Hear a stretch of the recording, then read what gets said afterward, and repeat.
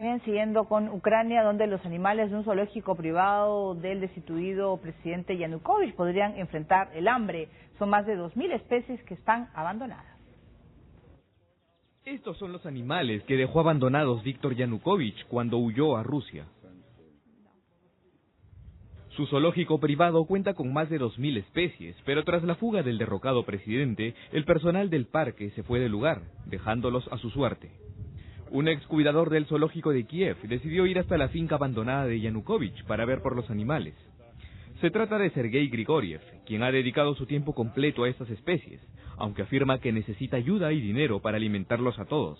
Si es que no lo consigue, puede que muchos mueran de hambre. La situación es crítica. No podemos confiar en los regalos. Tenemos que ofrecer una garantía estable para suministrar alimento a los animales. Necesitamos alimentos balanceados. Temporalmente hemos resuelto el problema con heno, pero necesitamos comida para todo tipo de especies. Un equipo de activistas dedicados a rescatar animales de zoológicos en problemas llegó el último jueves para dar alimentos y medicinas para tratar a todas las especies. Hay propuestas de fusionar este espacio con otros zoológicos para crear un parque nacional. Sin embargo, todavía nada está dicho. Por eso el destino de estas también víctimas de la crisis ucraniana es hasta ahora incierto.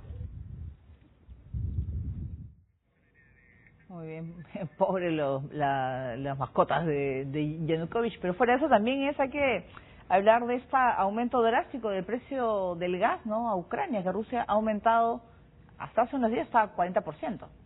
Al parecer, en las últimas 24 horas esta habría aumentado a un 80%, lo cual parece bastante excesivo, ¿no? Pero habría que entenderlo, ¿no? Y hay muchas maneras de explicar ese aumento del precio. Por un lado, que sirve como un mecanismo de presión contra Ucrania, un país que depende mucho del gas ruso. Dos, que también puede ser que ser sinceros, y es que esto representa un poco una sanción a Ucrania luego de los fallidos acuerdos que Yanukovych firmó pues para salir de la crisis y que finalmente se rompieron, y que de alguna manera en esos acuerdos estaba la inversión rusa. Rusia había prometido dar descuentos y que bueno, y al romper los acuerdos, Rusia pues sanciona a Ucrania. Y la tercera razón que me parece la más interesante, y es que Rusia va a tener que asumir un costo muy importante por Crimea.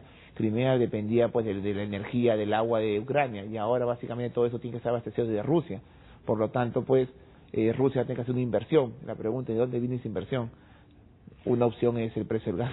Muy bien, nosotros ahora dejamos Ucrania y nos vamos a Francia. El gabinete de Manuel Valls se hizo la típica foto familiar con las miradas puestas en el presidente François Hollande y su ex pareja Ségolène Royal, hoy ministra de Ambiente. El nuevo gobierno francés ha celebrado su primer Consejo de Ministros, en el que el primer ministro Valls ha resaltado una mayor cohesión y una respuesta más ágil y eficaz a las preocupaciones de los ciudadanos para mejorar la imagen de la administración Hollande, que está muy mal vista. Los nuevos ministros fueron nombrados esta semana como respuesta al debacle electoral para los socialistas en la segunda vuelta de las municipales realizadas el último domingo.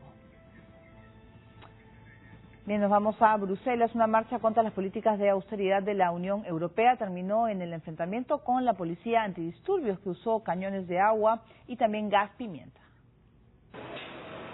Arrojando piedras y rompiendo ventanas, más de 40.000 miembros de diferentes sindicatos chocaron con la policía antimotines fuera del Consejo Europeo en Bruselas.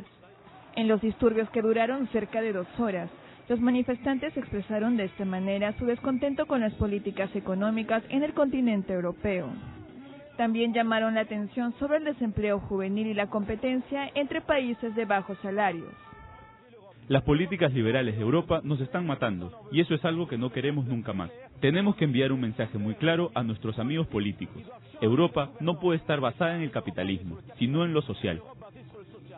En esta protesta, muchas carreteras fueron cerradas, lo que generó la interrupción del tráfico. Al final del día, la policía pudo controlar la situación y a los manifestantes por medio de grandes cañones de agua.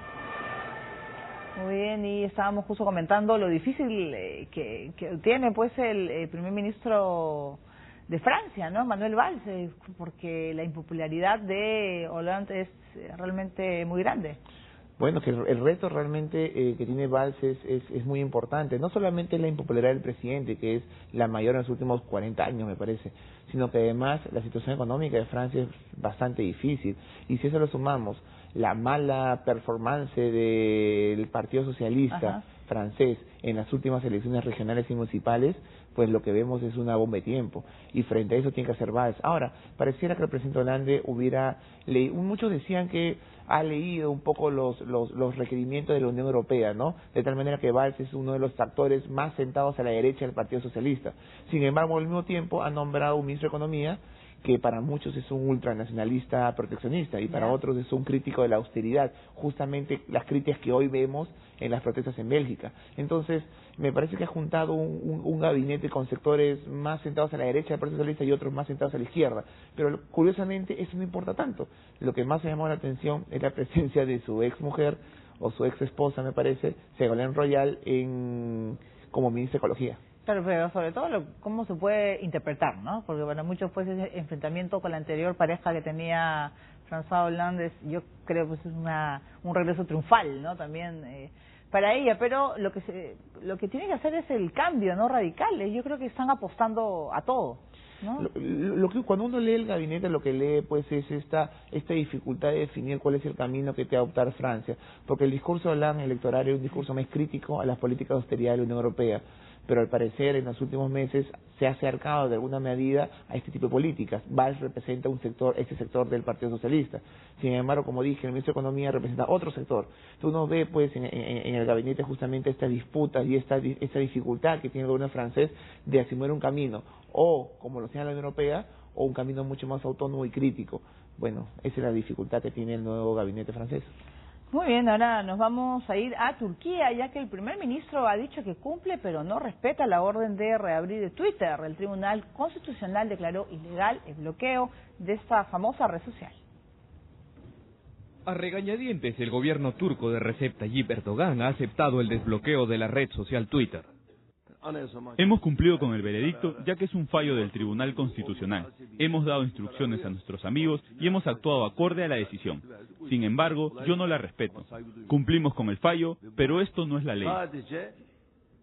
Estas son las primeras declaraciones públicas de Erdogan, luego de que su partido venciera en las elecciones municipales del domingo 30 de marzo. El gobierno de Turquía había bloqueado el acceso a Twitter el 21, durante los últimos días de la campaña municipal, para evitar que continúen los debates sobre los escándalos de corrupción que afectaban al Ejecutivo.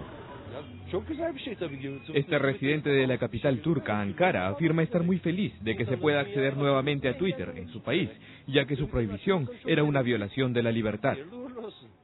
En tanto, un tribunal ordenó el desbloqueo de la plataforma de videos YouTube por considerar que su prohibición constituye una violación de los derechos humanos. Este fallo cita también la sentencia de la Corte Suprema, que ordenó terminar con la restricción de Twitter.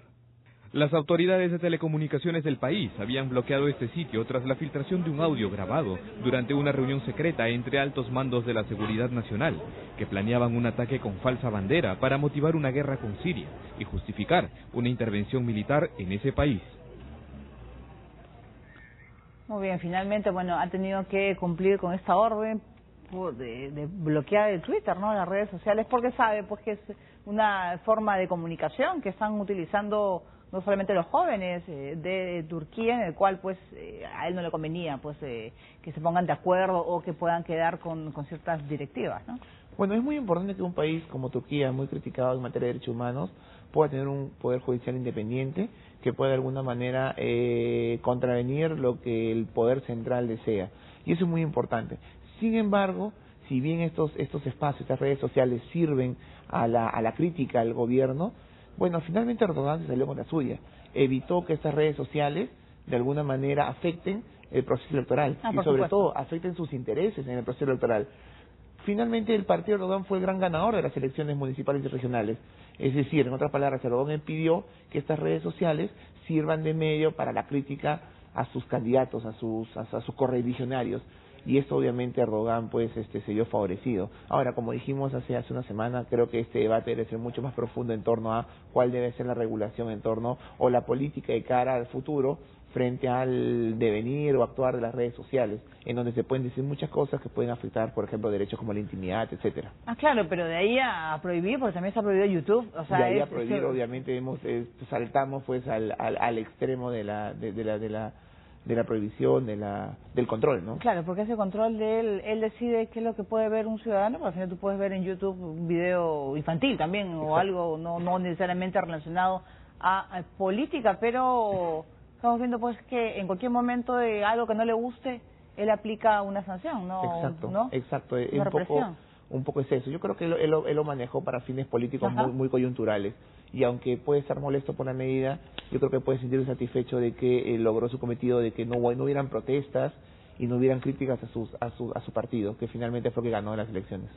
Muy bien, vamos a hacer una nueva pausa en el programa. Vamos a regresar con la India. Por primera vez, un tribunal de ese país ha condenado a muerte a 3 hombres responsables de 2 violaciones colectivas.